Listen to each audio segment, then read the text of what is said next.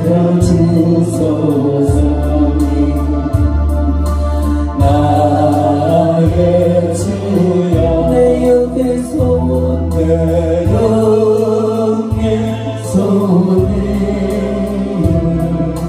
살피소서. 주가 주신 나의 생명 주 뜻대로 이끌어서 쏟아가는 이 세상에 소금 되게 하소서. 들어주소서. 나의 주여 내 영의 소원을 살피소서. 주가 주신 나의 생명 주 뜻대로 이끌어서 어두워진 이 세상에 한빛 되게 하소서. 들어주소서. 나의 주여 내 영의 소원을 살피소서. 주가 주신 나의 생명 주 뜻대로 이끌어서 쏟아가는 이 세상에 소금 되게 하소서. 할렐루야.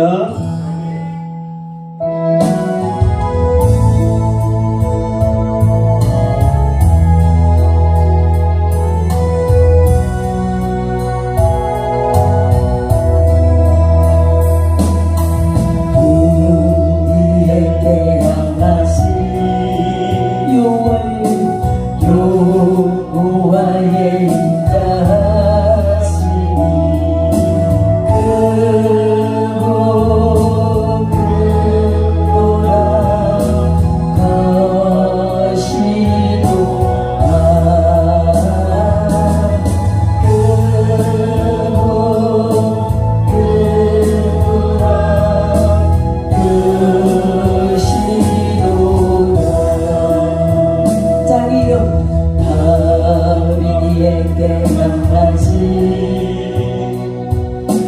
여호와의 진실하시니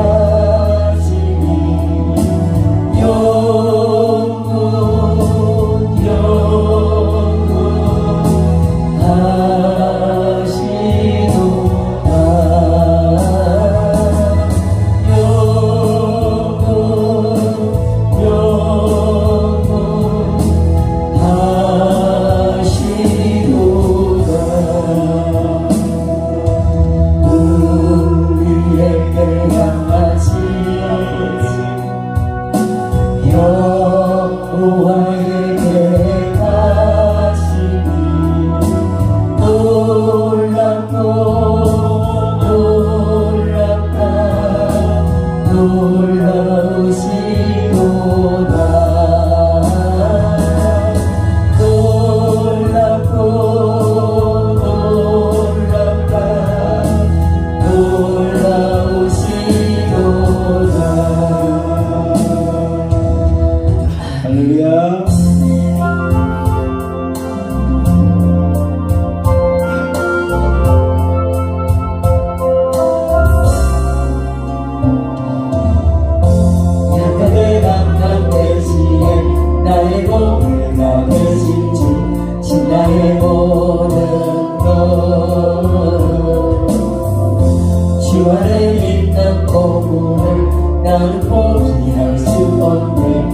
나의 모든 것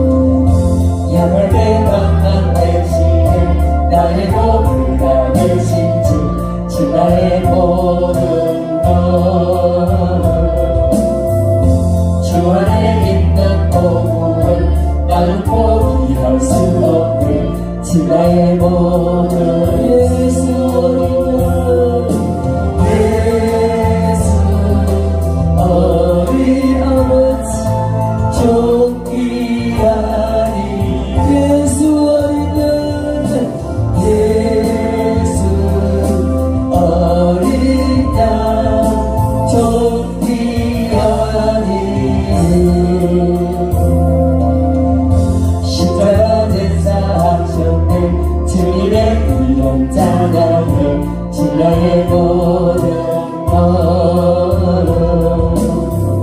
쓰러진 나를 세우고 나의 빈장을 세우며 나의 모든 아멘 손 드시고 예수 어린 양 좁기 아니면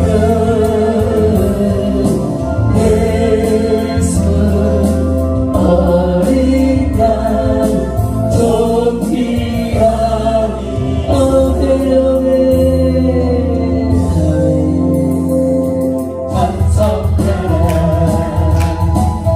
여호와의 종들아 주님 집에 서 있는 자들아 속소하네 손을 들고서 찬송하라 찬송하라 경배하라 여호와의 종들아 주님 집에 서 있는 자들아 손소양이 손을 들고서 경배하라 경배하라 감사하라 여호와의 종들아 주님 집에 서 있는 자들아 손소양이 손을 들고서 감사하라 감사하라 경배하라 여호와의 종들아 주님 집에 서 있는 자들아 손소양이 손을 들고서 경배하라 경배하라 경배하라 여호와의 종들아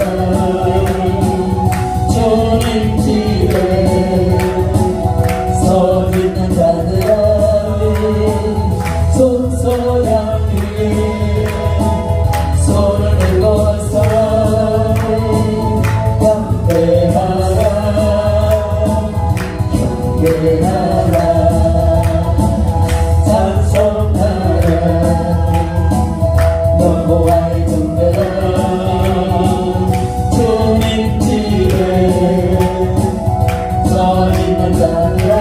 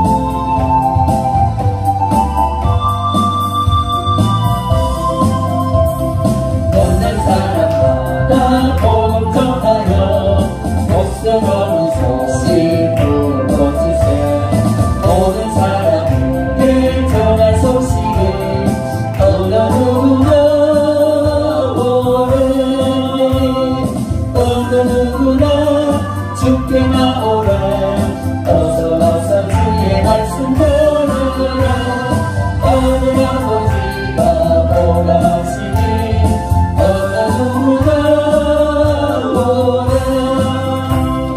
어느 사람들은 주체 말고서 인자였을 때에 들어오시오 생명이로는 지구주의 시를 어느 누구나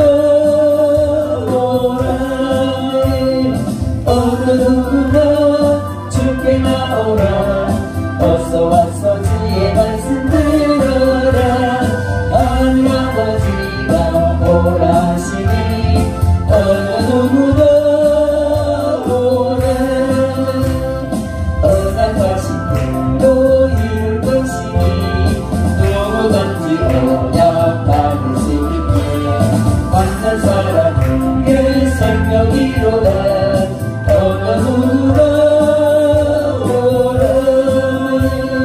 어느 누구나 주께 나오라 어서 와서 주의 말씀 들어라 하늘 아버지가 오라 하시니 어느 누구나 오라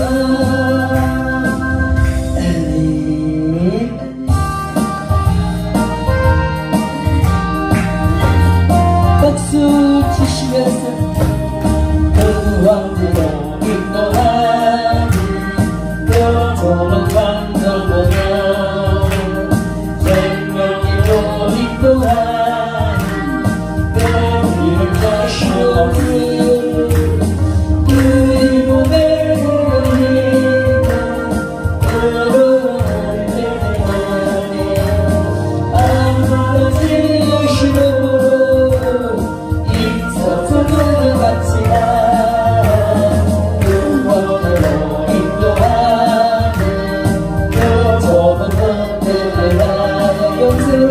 영생으로 인도하는 생명의 넘치나 이 세상에 많은 사람 떠오는 너들의 담비 별봉기로 갈지 않고 별방기로 끝나니 세상은 행복이로다 보내요 보내고 아름다운 순종하여 그 생명길로 갑시다 구원으로 인도하는 그 좋은 분들의 하나님 영생으로 인도하는 그 생명길 갑시다 구원의 문 열려서니 주의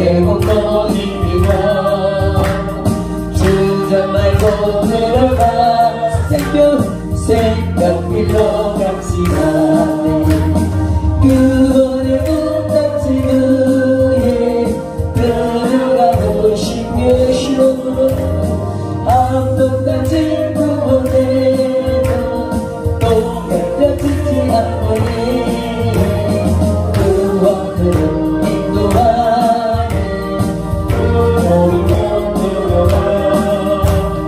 영생으로 인도하는 그 생명길 우리 함성하라 여호와의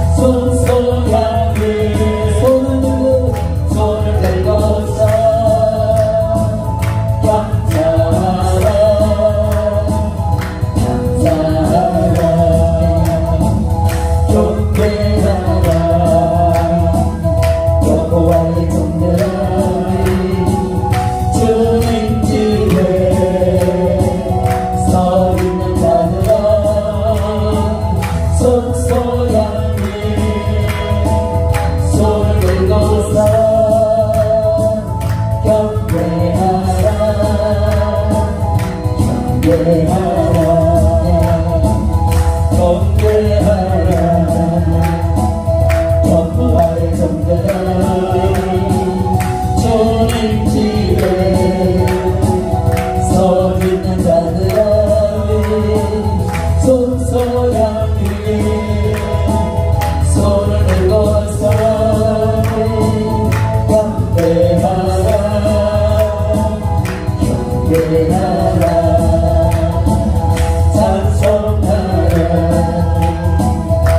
너와의 정대하리 주님 집에 서 있는 자들아 손소양이 손을 들고서 찬송하라 찬송하라. 우리가 잘나고 똑똑하고 신앙생활도 잘하고 그러면 더 좋죠. 그러면 하나님 더 기뻐하시겠죠. 그러나 그렇지 못해도 하나님은 우리를 사랑하시고 우리를 위로하시는 줄 믿습니다. 우리의 형편, 처지, 이대로를 주님께서 사랑하시고 긍휼을 베푸시고 위로하십니다. 부모의 마음은 그렇죠. 잘하면 잘한 대로 기쁘고 못하면 못한 대로 불쌍하고 더 사랑스럽고 더 아픔이 가고 그런 거잖아요. 그와 같이 하나님께서도 우리가 신앙생활 잘하면 잘하는 대로 너무 기쁘고 즐거워하시고 우리가 신앙생활 제대로 못하고 어려움에 빠져 있으면 그거 보기가 안타깝고 힘쓰이고 그래서 더 긍휼을 베푸시고 마음이 더 간다 그렇게 봅니다. 이게 하나님의 사랑이거든요. 오늘 우리가 읽은 이 성경 말씀이 바로 그것을 입증하고 있습니다. 이 성경 말씀의 배경을 말씀드린다면 이 성경 말씀은 이스라엘 백성들이 바벨론에 포로로 잡혀가서 70년 동안 혹독한 고난, 노예의 삶을 살다가 다시 해방되어서 돌아와서 기쁨으로 누리고 모든 그런 황폐된 곳이 회복되어질 것이니까 너희들 걱정하지 마라 하고 위로하는 말씀이에요. 특히 우리가 읽었던 3절 이하에 본 4절 말씀부터 보면 그들은 오래 황폐하였던 곳을 다시 세울 것이며 옛부터 무너진 곳을 다시 일으킬 것이며 황폐한 성읍 대대로 무너져 있던 것들을 중수할 것이며 외인은 서서 너희 양떼를 칠 것이요 이방 사람은 너희 농부와 포도원 지기가 될 것이라. 오직 너희는 여호와의 제사장의 일금을 받을 것이라. 사람들이 너희를 우리 하나님의 봉사자라 할 것이며 너희가 이방 나라들의 재물을 먹으며 그들의 영광을 자랑할 것이라.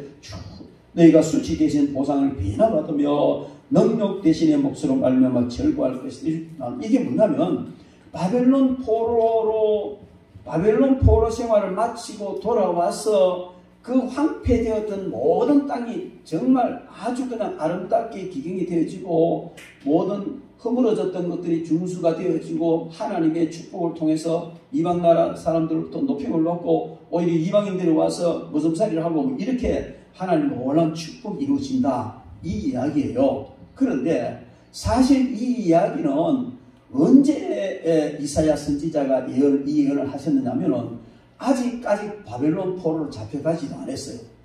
아직까지 바벨론 포로로 잡혀가지도 않았고 바벨론 포로에서 돌아오지도 않았어요. 그런데 앞으로 너희들이 바벨론 포로로 잡혀갈 것이고 바벨론 포로 생활을 하거든 걱정하지 마라. 반드시 회복되어서 다시 돌아와서 이런 모든 것을 하나님께서 회복시키실 것이다 하는 그 내용이에요. 그래서 이사야 선지자 시대에 이스라엘 백성들은 하나님을 섬기는데 온전하게 섬긴 것이 아니라 너무너무 하나님의 마음을 아프게 했어요. 그래서 오죽했으면 이사야 선지자가 하늘이여 들으라 땅이여 귀를 기울이라 하시면서 하나님의 단식을 이스라엘 백성들에게 전했는데 그만큼 그들의 제사는 하나님을 무시하는 것이었고 그들의 삶은 하나님 없는 사람처럼 살았고 하나님을 완전히 도외시해버린 이런 삶이었어요. 그런 삶이 계속되어지니까 하나님께서는 이대로 둘 수는 없다. 반드시 이들을 징계해서 그들이 정신 차리고 하나님께로 돌아와서 바르게 신앙생활을 하게 해야 됩니다. 이게 하나님 뜻이었거든요. 그래서 하나님의 계획은 벌써 이들에게 그 하나님을 무시하고 예배를 무시하고 재물을 무시하고 자기 마음대로 신앙생활을 하면서도 하나님 잘 섬긴 줄 착각하고 있는, 하나님 관계가 좋은 줄로 착각하고 있는 이들에게 정신이 번쩍 들도록 바벨론에 집어넣어서 70년 동안 노예 생활을 시킨다는 거죠. 그리고 이사야 시대가 지나고 예레미야 시대에 그 일이 실질적으로 이루어집니다. 그리고 70년 동안 바벨론 포로 생활을 하잖아요. 그런데 하나님의 마음이 여기 있습니다. 지금 이스라엘 백성들이 하나님께 대하는 태도가 너무 불순하고 비성경적이고 안 맞거든요. 그래서 바로 징계하는 것으로 끝나는 것이 아니고 징계는 한다.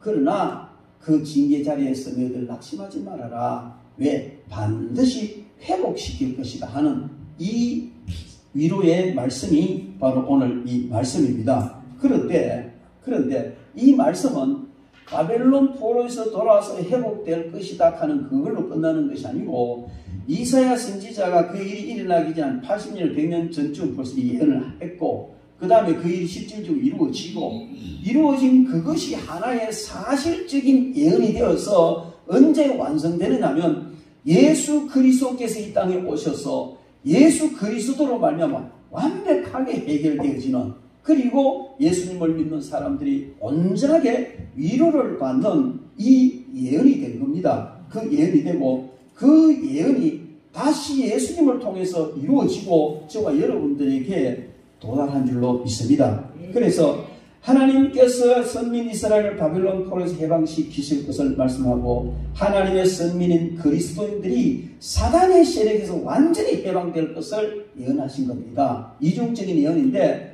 저와 여러분들이 혹시 사단의 미혹에, 사단의 괴롭힘에, 같이 그런 억눌림에 고통당하고 있다면 걱정하지 마십시오. 하나님께서 반드시 회복시켜 주실 것입니다. 바벨론 포로에 대한 역사적인 사건이 예수 그리스도의 상징을 의미하고, 예수 그리스도께서 오셔서 그 모든 것을 온전히 이루셔서 우리에게 주셨다는 사실을 말하고 있습니다. 그래서 누가복음 4장 18절부터 21절 말씀에 보면 예수님께서 이사야 선지자가 오늘 예언한 이 내용의 말씀을 딱 읽어놓고 뭐라고 말씀하죠? 이 예언이 오늘 너에게 이루어졌다. 이렇게 말씀하시는 거예요. 그게 뭔 말이냐? 이 말씀을 예수님 읽고 이 예언이 너에게 이루어졌다. 이 말은 여기에 주 여호와의 영이 내게 내리셨으니 하며 쭉 예언한 이 내용은 예수 그리스도에 대한 예언인데, 예수 그리스도께 실제로 오셔서 사람들 앞에서 봐라, 이 말씀이 나를 통하여 이루어진 거야. 이렇게 말씀해 주시는 거예요. 그래서 이 예언은 바로 예수 그리스도를 통해서 이루어진 그 놀라운 완성된 예언인데, 세례 요한이 감옥에 갇혔어요. 예수님의 앞길을 예비하는 자로서 칼같이 인정사정없이 예언을 하다가 그 감옥에 갇혔어요. 미운털이 돼가지고.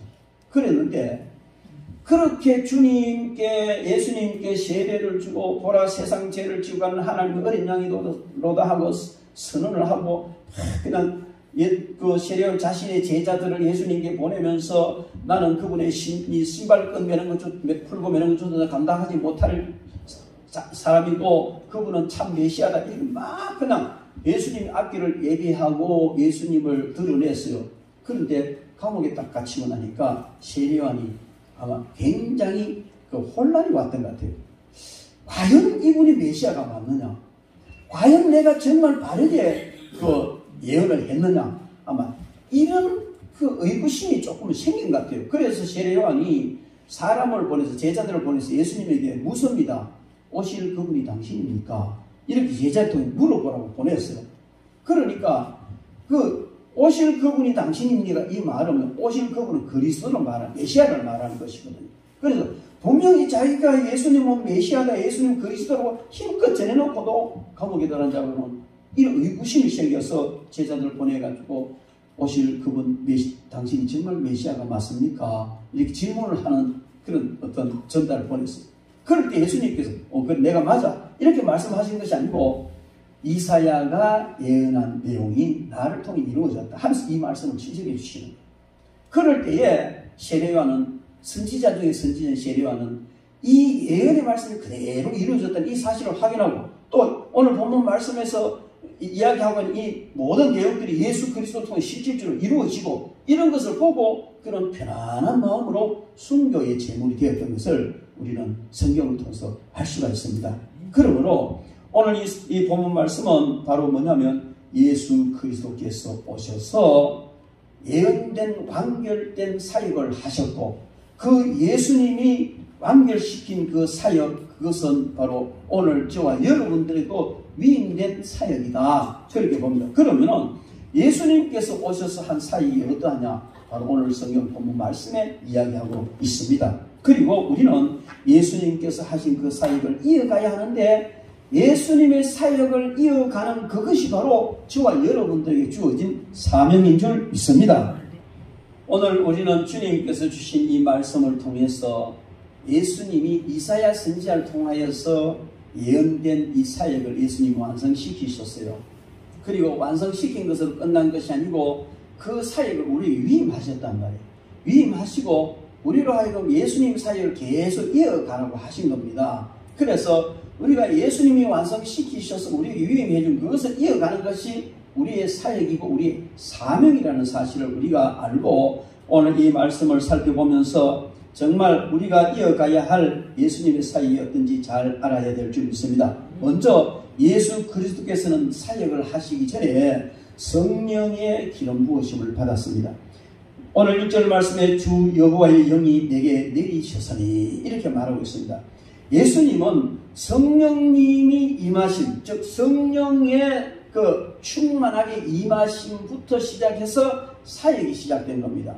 예수님이 그 요단강에서 세례를 받으실 때에 성령께서 비둘기처럼 임하셔서 예수님을 온전히 주장하신 것은 바로 성령님의 강한 임재, 예수님이 강한 임재를 말하는데 그 기름 부으심, 성령의 충만함을 받는 성령 세례를 받는 것부터 시작해서 사역이 이루어졌다 하는 사실을 우리는 잘 알고 있습니다. 그래서 우리가 주님의 사역을 이어가려면은 성령의 기름 부으심부터 받아야 합니다. 즉 성령 세례부터 받아야만이 되는 겁니다. 성령 세례를 받으면 우리는 성령님의 능력에 의해서 사역을 바르게 힘있게 할 수가 있습니다. 그러나 성령 세례를 받지 않은 상태에서 주의 일을 하려면요, 이 머리로 해야 되고 힘으로 해야 되고 깡으로 해야 되고 그러다가 지치면 막 팽개치고 이렇게 되는 겁니다. 그러나 성령께서 강림하셔서 하는 사역은 지침이 없습니다.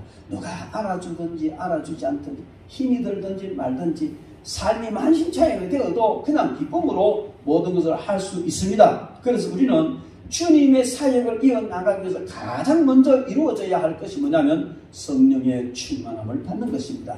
여러분 성령의 충만을 받으시기 바랍니다. 옆에 분과 인사합시다. 성령 충만 받으십시오. 성령의 세례를 받으십시오. 예. 하나님이신 예수 그리스도도 성령의 기름 부으심을 받고 난 뒤부터 사역을 시작하셨다는 사실입니다. 하물며 우리 사람이 죄 많은 인간이 성령의 기름 부음 없이 어떻게 사역을 할 수가 있겠습니까?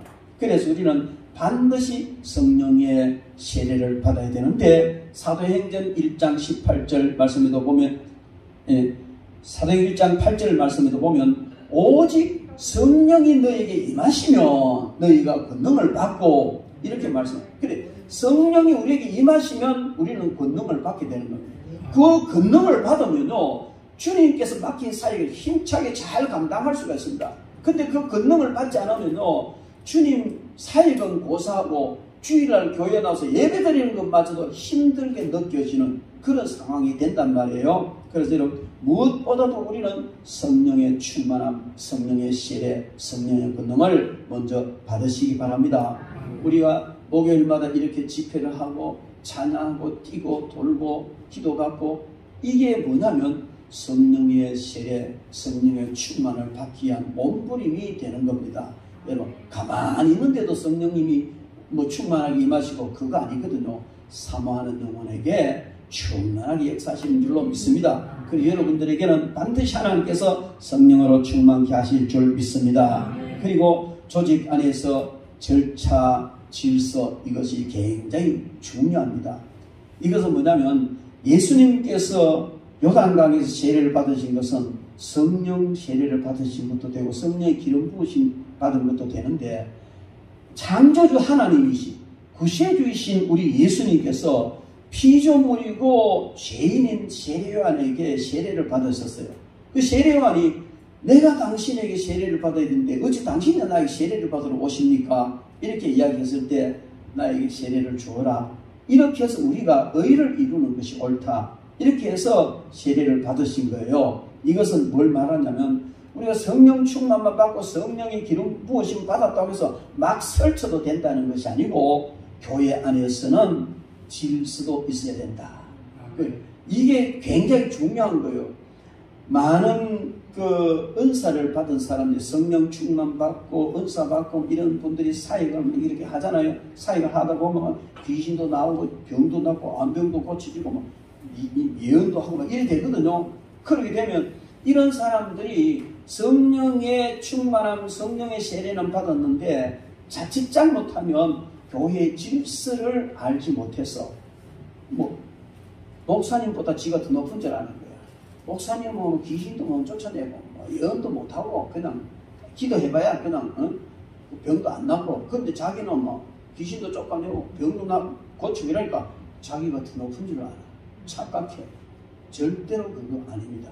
분명히 은혜를 받고 능력을 받을수록 더 겸손해져야 되고 질서 안에서 모든 것이 이루어져야 된다. 그 말입니다. 그래서 벼도 익으면 고개를 숙인다 그러잖아요.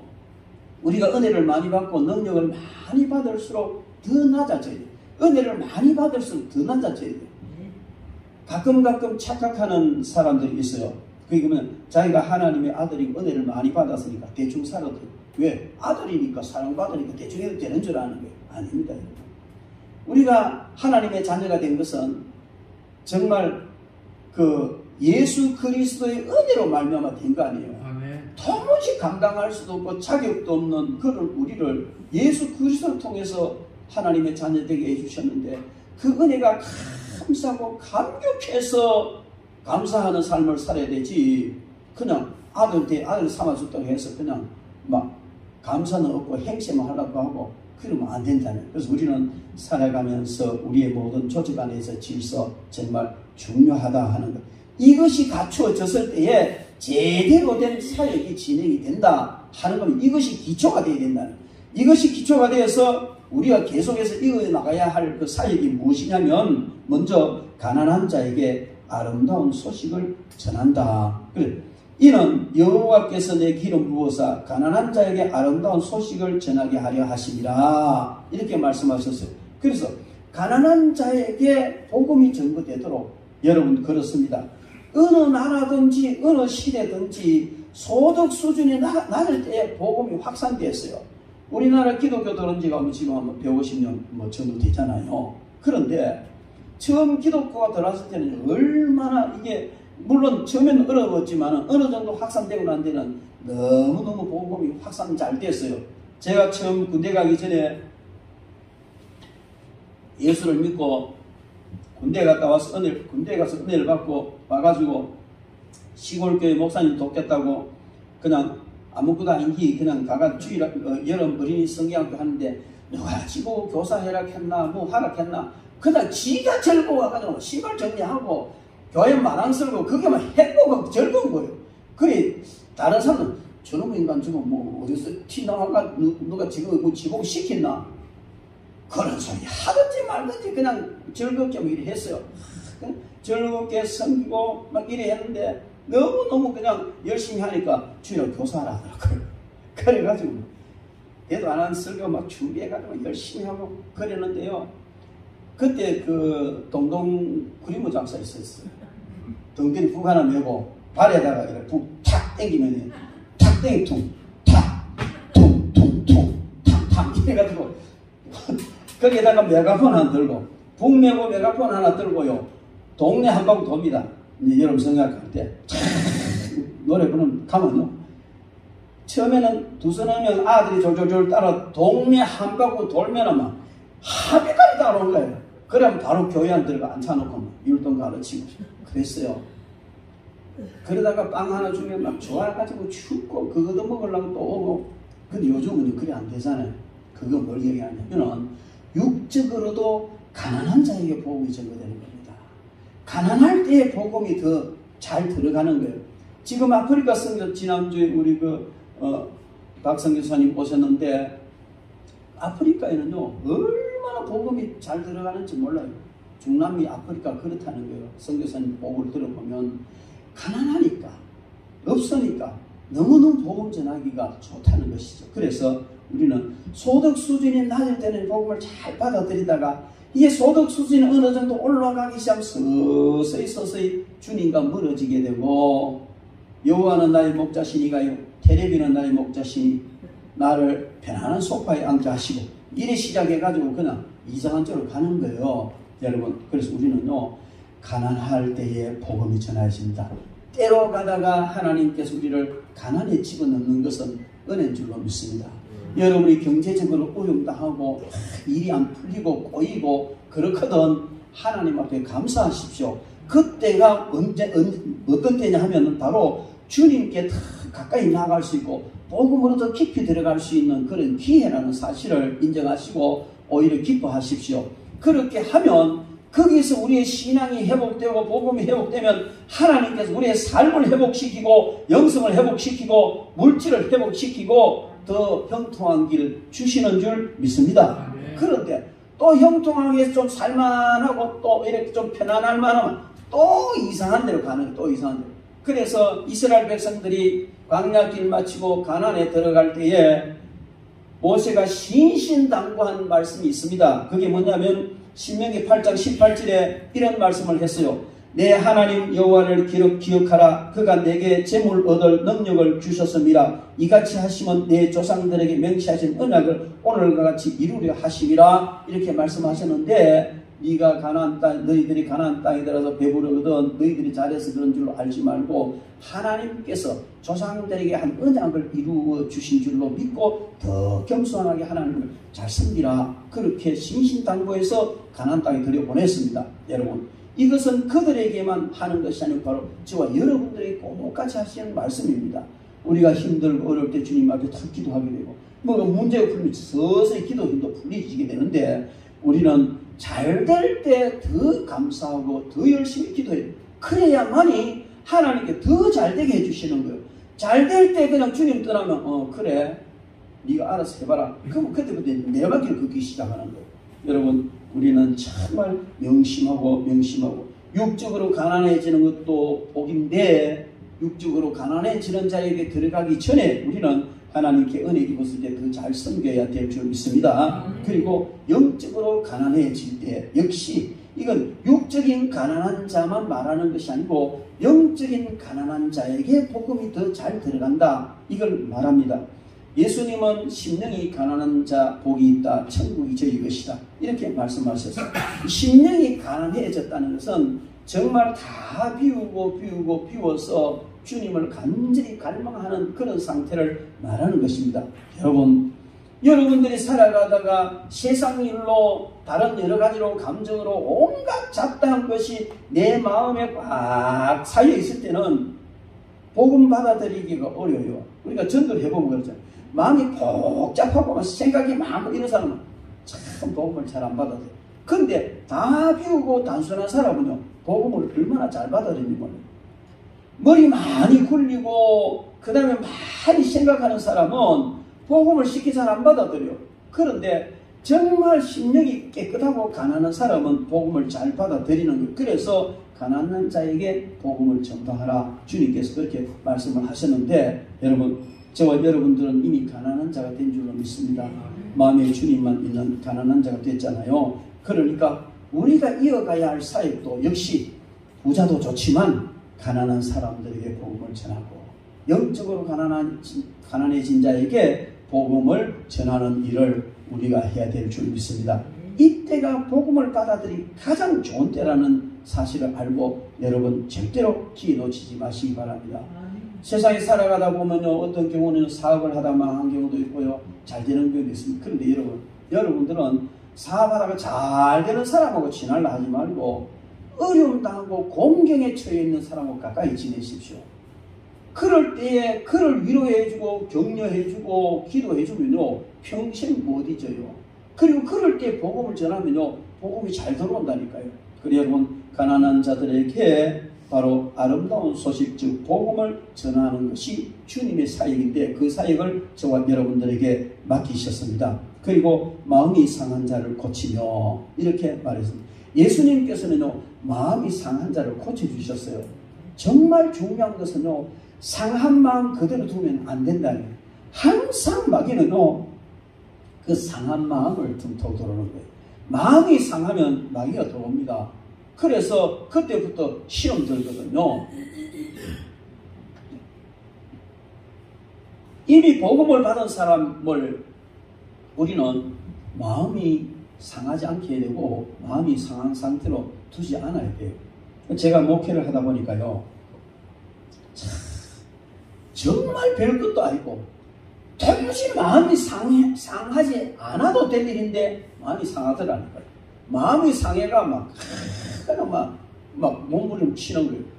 왜 그러냐면요, 마귀가 시험을 주면요, 별것 아닌 것까지 마음이 상해요. 말 한마디 때문에 마음 상하고 인상 하나 때문에 마음 상하고 표정 하나 때문에 마음이 상해버리는데, 주님은 이렇게 마음이 상한 자를 위로하고 마음이 상한 자를 고쳐주라, 그렇게 말씀하셨어요. 그래서 우리는 우리 주위에 또 나 때문에 아니면 다른 어떤 일 때문에 마음이 상한 자가 없는지 살펴봐야 돼요.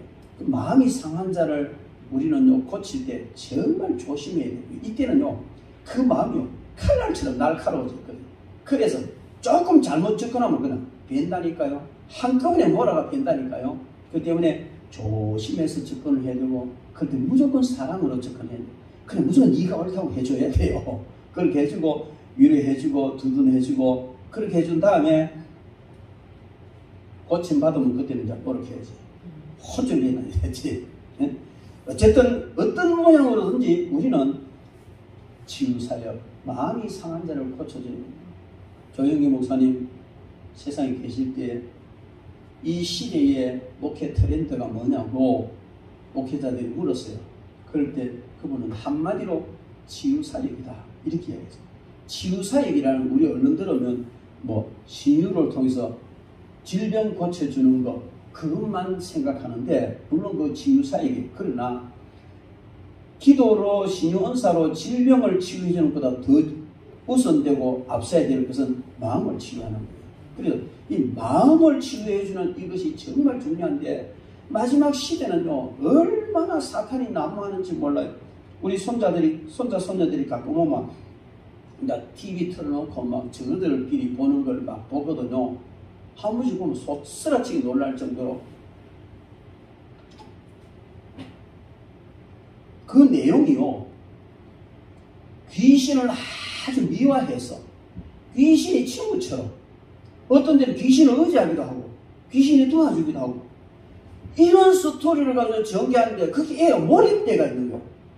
내가 그거 보면 안 된다.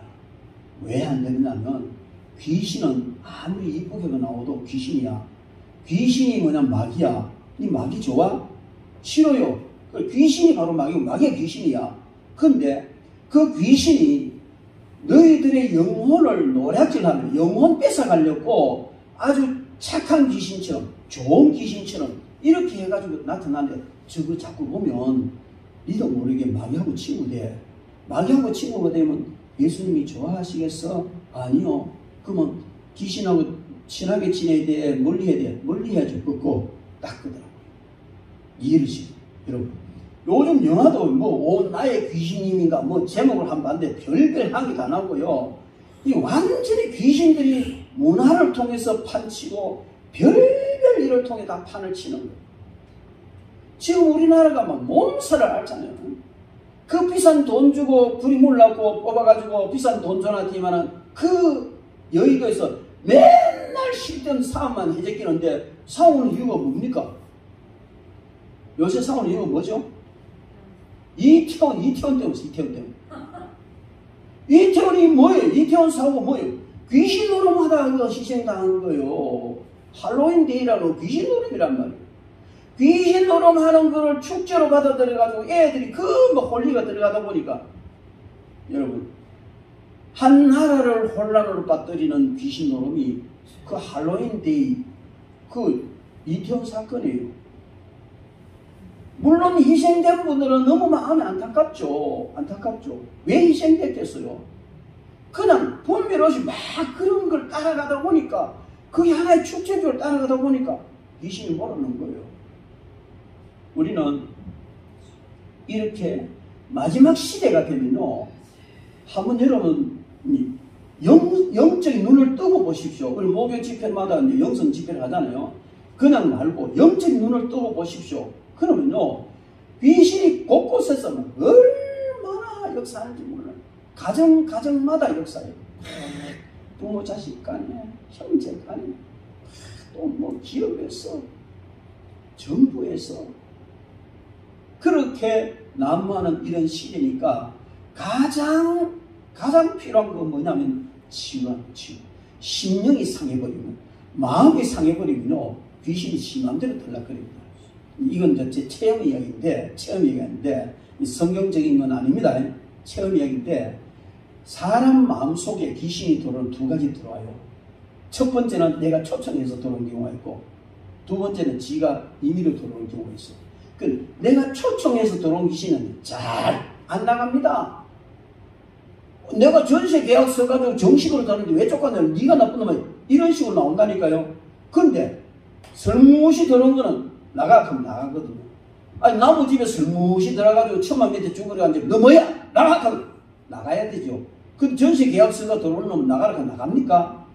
그런데 이게 뭐냐면요, 우리가 사역하다가 데미지 입고 나도 모르게 설무시 들어올 이런 귀신들은요, 우리가 믿음을 쫓아내 나가요. 근데 내가 처음 한 건요, 잘 안 나가요. 정말 힘들어요. 그 귀신을 언제 청하는 줄 아세요? 굉장히 화가 날 때, 굉장히 노할 때, 너무 슬플 때, 이럴 때 쑥 들어보면요, 안 나가요. 그리고 장례식에 가가지고 이러 보면요, 딸도 아이고 아들도 아이고 친척도 아닌데 유별나게 우는 사람이 털면서 귀신 들어요. 그런 사람 한참 지나놓고 보면요, 그 귀신, 그 사람부터 그거 다 들어가요. 그래서 굉장히 어려움당합니다. 쫓아내려고 하면 진짜 힘들어요.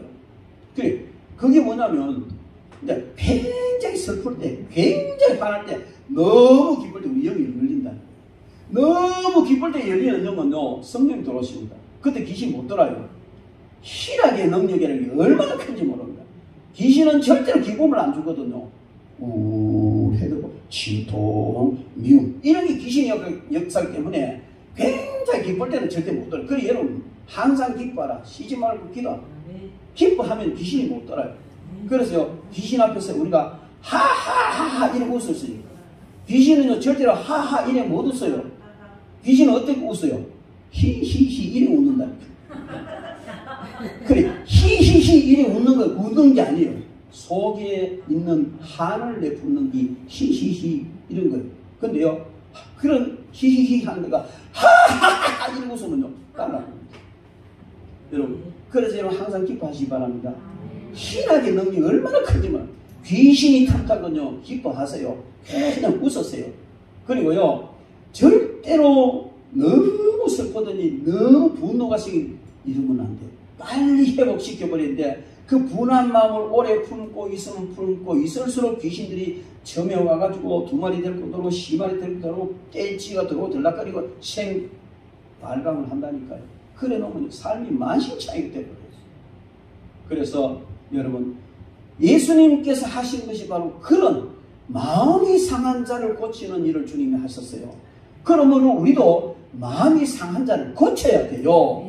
마음이 상한 자를 고치는데 물론 위로하고 건의의 은사를 받은 사람을 건면하고 위로해서 고칠 수도 있지만 성령의 세례받고 성령의 능력으로 되는 줄 믿습니다.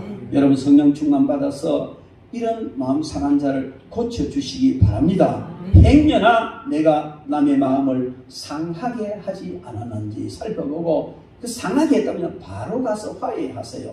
화해해야 귀신이 틈타지 못하는데요. 만약에 마음 상하게 해놓고요 화해 안 하면 귀신이 거기에 들어가 나를 공격한다니까요. 아주 무서워요. 그래 상하게 안 해도 지가 지대로 귀신 들어가 마음 상하면 엉뚱한 사람을 공격하는데 목회자 공격 많이 합니다. 교회 보면요 사업은 저끼리는 결국은 화살은 목회자는 돌아와요. 근데 만약에 내가 실질적으로 마음을 상하게 해버렸다면 어떻게 견뎌낼 수 있겠어요? 그래서 무엇보다도 중요한 것은요 사랑으로 품어주세요. 안 돼도 품고 우롱내가 나도 품고 참 힘들어 품고 사랑으로 품어주면 그 마음이 치료를 받습니다. 그래도 안 되면 기다려 주셔요. 하다가 하나 안 되면 깨달을 때가 있잖아요. 그 깨달을 때가 기다려 줘야 돼요. 그래서 어쨌든 만약에 우리가 다른 사람의 마음을 상해했다면 우리는 그걸 풀어줘야 됩니다. 그리고 혹시 다른 사람 때문에 여러분 마음 상한 적이 있습니까? 그럼 빨리 해결하세요. 그거 품고 있을수록 귀신 집됩니다. 그래서 어떤 사람 때문에 내 마음이 상했다. 그러면요 빨리 잊어버리세요. 용서해버리고 똥개 짖는 소리를 여기고 없애버려야 돼요. 그래야만이 거기에 우리가 승리할 수가 있습니다. 그리고 만약에 이런데 약간 아직 풀리지 않은 상태에 만약에 저와 여러분이 있다면 여러분이 그런 상태도 빨리 푸셔야 돼요. 귀신 출입구 문 열어놓은 것도 똑같습니다. 그래서 우리가 그런 걸 풀어야 되고 또 주위에 그렇게 마음이 상한 자를 보면요 가서 위로해 주세요. 그때 위로받는 것이 얼마나 큰 일인지 모릅니다. 얼마나 큰 힘이 되는지 모릅니다. 그 위로를 받고 나면 평생 못 있습니다. 그래서 우리가 주님이 고치신 역사 이건 바로 십자가의 사랑으로 되는 거예요. 성령님의 능력과 십자가의 사랑으로 되는 겁니다. 십자가의 사랑은 희생입니다. 남을 위해서 당신의 생명을 버리신 것. 저는 가끔씩 생각해 보면 참 이해가 안 돼요. 예수님하고 내하고 무슨 관계가 있다고? 예수님이 나를 위해서 십자가 져야 될 이유라고 하면요 뭔지 하는 만큼도 없어요. 내가 또 그럴 만한 가치 있는 존재도 아니에요. 그런 나를 위하여서 예수님이 친히 십자가를 져주셨다는 이것은요 그 하나만 가지고 평생 감사해도 다 못할 감사를 드려야 되고요. 그렇기 때문에 우리도 늘 그 은혜를 입었으니까 십자가 아래에서 우리가 그 마음 상한 자를 풀어주고 해결해 주셔야 될 줄로 믿습니다. 십자가 아래에서 고치시고 풀어버리시고 치료받으시고 치료를 해 주시기를 바랍니다. 그리고 포로된 자에게 자유를 주어라. 여러분 우리는 육신적으로 포로된 적이 없습니다. 자유나라에 살기 때문에 육신적으로는 아무에게도 포로된 적이 없습니다. 그러나 우리의 영혼이 포로 상태에 있다는 겁니다. 여러분 마귀는 우리를 포로합니다. 포로된 자, 갇힌 자, 눌린 자, 포로된 자를 해방시키는 사역을 하게 해주십시오. 제가 늘 이런 기도하잖아요. 박 목사님 기도해 줄 때마다 우리 박 목사님 능력을 가지고 갇힌 자, 눌린 자, 포로된 자를 해방시켜 주의 일꾼 삼는 역사를 일으키게 하옵소서. 이렇게 해놨는데요. 여러분 이 포로된 것은요 영혼이 포로되어 버리면요 다 포로돼요. 여러분 마음 주기 전에는 아무것도 안 준 거예요. 사람 그죠? 마음 뺏기기 전에는 아무것도 안 뺏긴 거단 말이에요. 근데 마음 줘버리면 다 준 것이고 마음 뺏기면 다 뺏긴 거단 말이에요. 이건 뭘 말하냐면은 마귀가 우리의 마음을 우리 영혼을 포로해버리면 우리 다 포로 삶 전체 다 포로된 거단 말이에요. 그래서 우리는 절대로 사탄에게 포로되지 않아야 되고 사탄에게 만약 포로됐다 싶으면 예수 그리스도의 십자가의 능력으로 해방받아야 됩니다. 그리고 주위에 이렇게 포로된 자 영적으로 포로된 자가 있으면요 우리는 빨리 그들을 해방시켜줘야 돼요. 이것이 바로 우리에게 맡기신 주님의 사역입니다. 주님께서 자유케 해주십니다. 주님께 맡기세요.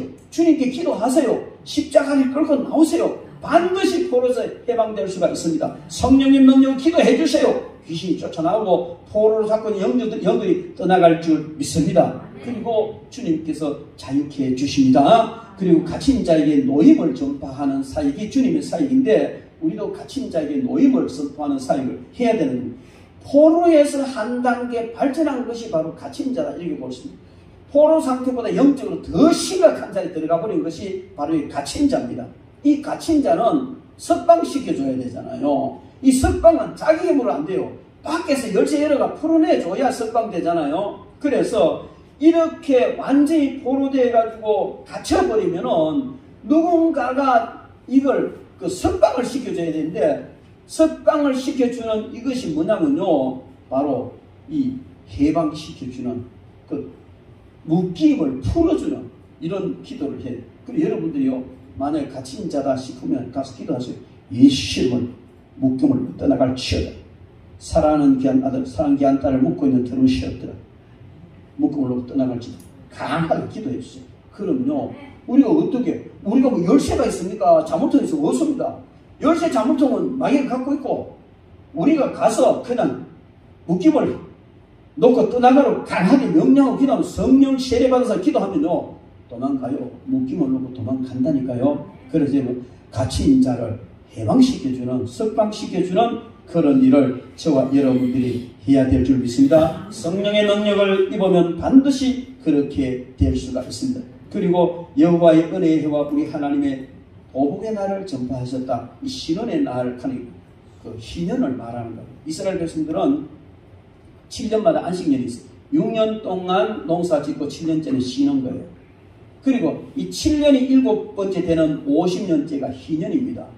희년이 되면요, 제가 빚을 져가지고 땅을 빼앗겼으면 희년에는 빚 못 갚고 다 돌려줘야 돼요. 그래서 희년이 얼마 남았는지 계산해가지고 그런 걸 이제 땅값도 계산하고 그렇게도 한대요. 어쨌든 희년이 되면은 모든 돈을 빌려가 대신 노예로 잡혀가도 자유인이 되고, 땅을 전당 잡혀 뺏겨서 다 원상 회복, 모든 것이 회복되는데, 그 신원의 날, 보복의 날, 그게 바로 희년을 말하는데, 예수 그리스도께서 우리에게 영적 희년을 주신 줄 믿습니다.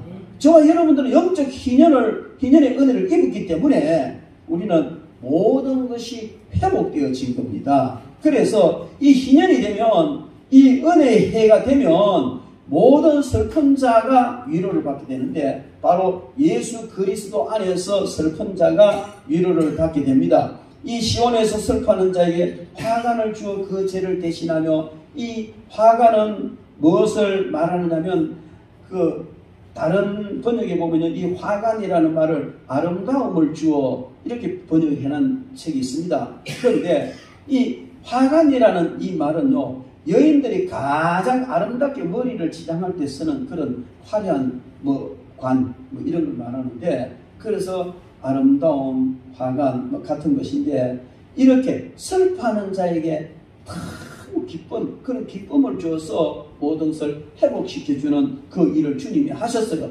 여러분, 주님께 나가십시오. 그럼 슬픔이 변해서 기쁨이 될 줄 믿습니다. 기쁨이 하관을 받을 줄 믿습니다. 그리고 희락의 기름으로 그 슬픔을 대신하며, 이 희락의 기름은요, 기쁨 때 이제 쉽게 이야기합시다.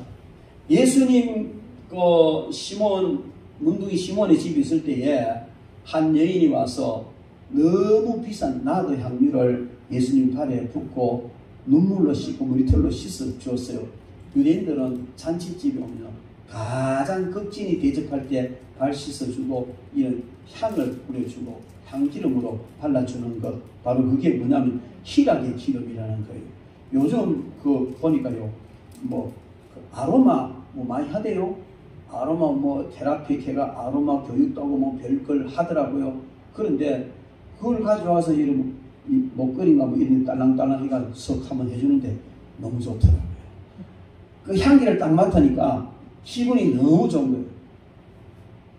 근데 방구석에서 주물러거리고 있어요. 지금 목걸이를 하고 있네. 네. 어쨌든 이 향이 올라오니까 너무 좋아요. 그게 뭐냐면 희락의 기름이라는 의미거든요. 너무 향을 맡을 때 기뻐하는 이런 것. 그래서 아주 값비싼 향유를 부어서 기쁘게 해주는 것인데, 이게 바로 축제와 연결이 되어져 있습니다.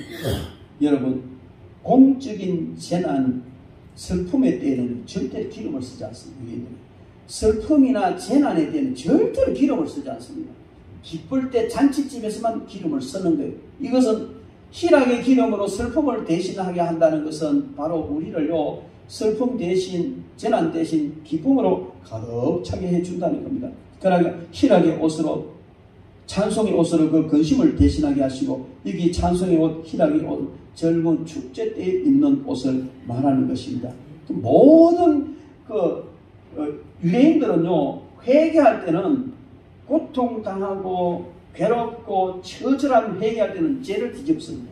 죄를 뒤집어 쓰고 회개하는데 아픔을 의미하고 회개를 의미하고 고통을 의미하는데 그 찬송의 옷으로 근심을 대신하고 이 말은 뭘 말하냐면은 그런 어떤 큰 기쁨으로 고통스러운 모든 것을 대신해 주신다. 슬픔의 표로 뒤집어 썼던 죄를 털어내고 아름다운 간을 쓰고 기쁨을 누리게 된다는 것. 여러분 이게 뭔지 아세요? 복음의 기쁨입니다. 복음, 이 시작이 주의 영이 내게 내세린 요하의 가난한 자에게 복음을 전하고 아름다운 소식을, 이 복음은요 말로만 전해지는 게 아니고 복음은 누려야 되는 겁니다. 따라합시다. 복음은 누리는 것이다. 옆에 보면서 합시다. 복음을 누립시다. 복음을 누립시다. 복음을 누립시다. 복음을 누립시다. 네, 복음은 누리는 거예요. 그래, 예수님이 하신 이 사역을 제대로 하면 복음을 누리게 되는 거예요. 그래, 슬퍼도 괴로워도 어떤 일이 있어도 기쁘게 승리할 수가 있고, 그러다 보니 악한 것이 틈타지 못하고 점점 기쁨의 승리의 삶을 하게 될 줄 믿습니다. 그 찬송의 옷, 절망에 빠진 사람 삼배 옷을 입고 통곡을 하잖아요. 그러나 이 찬송의 옷은 채색옷과 같은데 기쁨의 옷을 말하는 것입니다. 오늘 3절 말씀에 무릇 시온에서 슬퍼하는 자에게 화관을 주고 그 죄를 대신하며 기쁨의 기름으로 그 슬픔을 대신하며 찬송의 옷으로 그 근심을 대신하시고 그들의 의의 나무 곧 여호와께서 심으신 영광을 나타낼 자라. 이 그런 바, 이게 의의 나무는 그냥 의의 나무, 이 말은 상수리 나무를 의미하는데 아주 그냥 강한 것을 말하죠. 우리의 믿음이 강해지고 그래서 주의 영광이 드러나고 이런 삶을 살게 될 것이다. 오늘 이사야가 그렇게 예언을 했습니다. 이 한마디로 이제 말씀을 정리하자면 이 모든 것은 바로 복음의 기쁨, 복음을 누리는 거예요. 여러분들 복음을 받아들임으로 삶이 변화되어지고 누리는 삶을 살고 모든 악한 세상, 악한 영, 악한 귀신들을 다 쫓아내고 승리하는 삶을 살아라 하는 그런 말씀입니다. 여러분, 우리가 예수님을 주로 믿고 복음을 받았고 성령 충만 받으며 이런 삶이 주어지는 줄 믿습니다. 행여나 여러분들이 누가 밉다든지 아니면 삶이 괴롭다든지 그렇다면 오늘 주님께서 우리에게 맡기신 이 사역을 친히 감당함으로 그런 모든 힘들고 고통스럽고 슬픈 자리에서 떠나서 기쁨과 희락을 누리는 그런 삶을 살아가시기를 주의 이름으로 축원합니다. 기도하겠습니다.